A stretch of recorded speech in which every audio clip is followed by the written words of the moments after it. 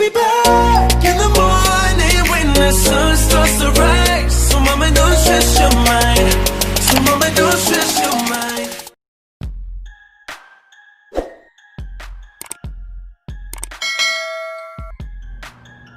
Hey, what's up? Magandang araw sa inyo, mga katakbong kalwete. Welcome to my channel. Today's vlog, may i-share ako sa inyo. Ngayon, mag-install tayo ng DIY ANTIFOG film sa ating motor, sa ating Mio Soulty. Kung mapapansin nyo, may shift na. Ayan, gugupitin natin mamaya yan. Nabili natin pala to kay Jeremy. Shoutout sa'yo. Sa halagang 130 pesos lang. Bago natin simulan, shoutout kay Chinito Bon TV, isa tong vlogger. Salamat sa pagsuporta ng channel ko, kuya, at sa mga advice na binigay mo. Salamat, shoutout sa'yo. At kay Kambi Boy, shoutout sa'yo, isa rin tong vlogger. Bali, huwag nyo kakalimutan mag-like and subscribe sa kanila. Huwag nyo na din kalimutan i-hit ang notification bell nila para ma-update kayo sa mga bago nilang videos. Jerby Mendoza, shoutout. Maureen Piodo, Jeremy Cardinosa, shoutout sa'yo. Ito yung pinabilhan natin ng film ANTIFOG. Tsaka kay Fernando Lopez, shoutout sa inyo. At kung ikaw ay bago pa lang sa aking channel, huwag mong kakalimutan mag-like and subscribe. I-hit mo na din ang notification bell para ma-update kayo sa mga bago kong videos. Tara, let's start. Bali yun, ang first step natin gagawin, punasan muna natin tong yung salamin natin. Siguraduhin yung malinis.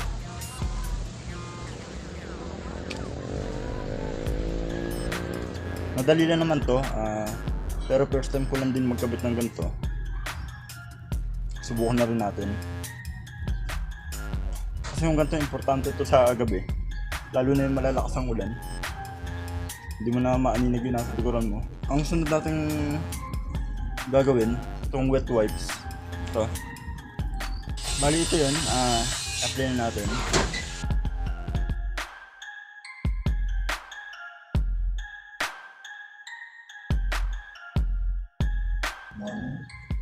Tiyakin yung malinis yung ating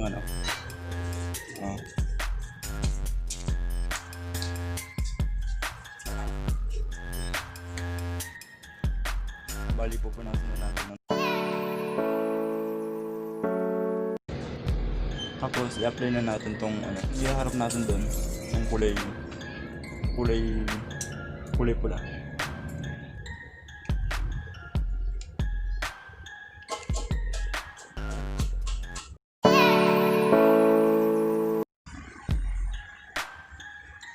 Pag maglalagay kayo ng pin ANTIFOG, dapat kalahati muna bago nyo i-apply yung pangalawa dito sa susunod na salamin. Bali yan, na-apply na natin. Ngayon, ang gagawin natin, tutuklapin natin tong kulay green yung kanina.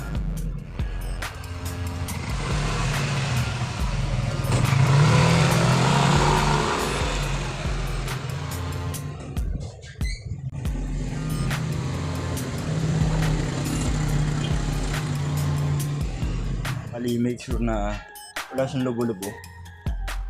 Ayan.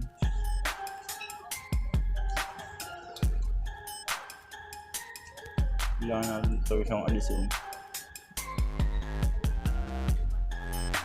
Hanggat maaari, huwag na kayong gumamit ng kasama sa package na ganito. Hindi kaya. Hindi nyo siya mapaforce masyado. Kailangan kamay nyo na lang. Ayan. Isa-isayin natin itong mga bubbles na to para hindi naman pangit pag tinanggal na yung ating film.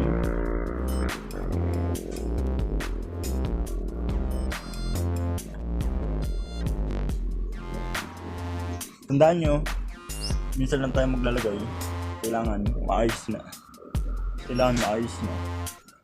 Para maganda rin yung ating apply.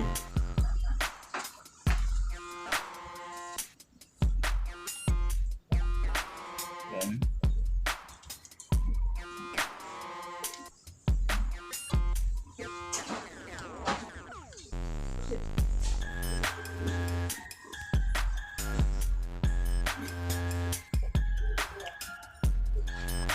Timelapse ko muna, no, hanggang sa mawala yung bubble.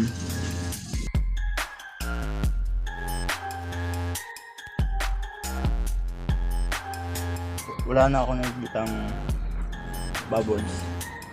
O isa-isa na lang. Tsagain nyo para mas maganda yung pag mag-i-install kayo na ito.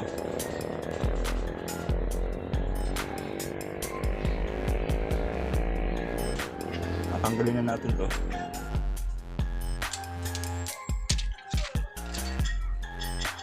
Tapos sa kabila naman,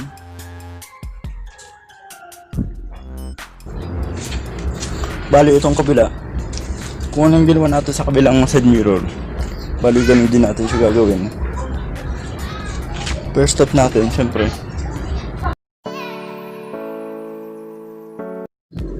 yung wet wipes. Yan.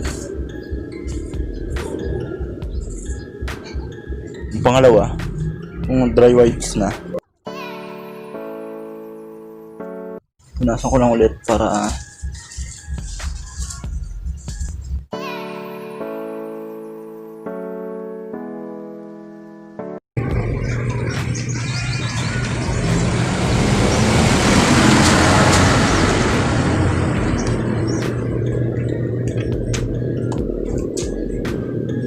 ayan. Okay na yan.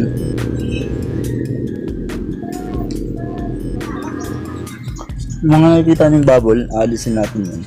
Huwag nyo na gamitin yung gamitin nyo na lang yung kuko.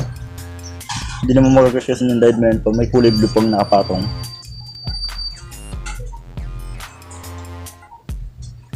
Paalala ko lang ulit, tsagain nyo yung mga bubbles para hindi sayang yung pinaghirapan yung i-install.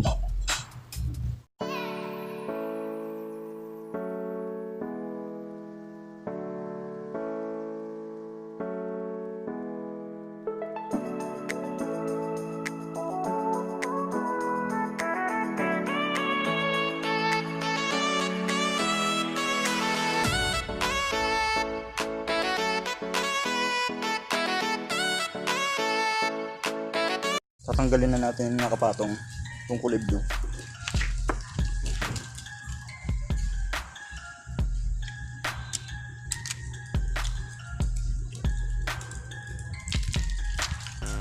Yan, nabis na. Kukuha tayo ng spray na tubig. Subukan natin kung effective nga ba.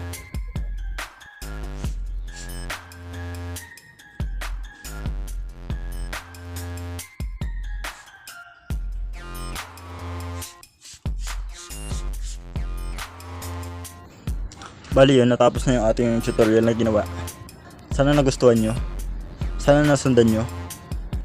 Huwag mong kalimutan mag-like and subscribe. I-hit nyo na din ang notification bell para maging updated kayo sa mga bago kong videos. Yun lang. Bye bye!